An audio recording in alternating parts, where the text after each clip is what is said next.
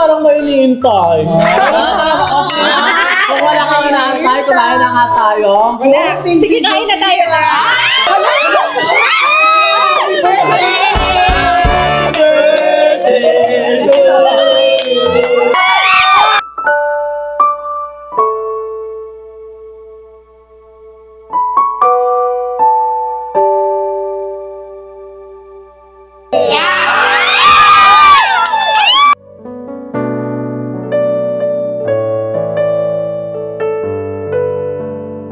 Group yourself into four!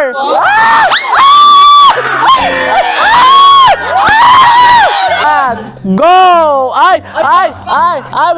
3, go! Magkikita kayo dito. Nagdalawan na naman sila! Okay!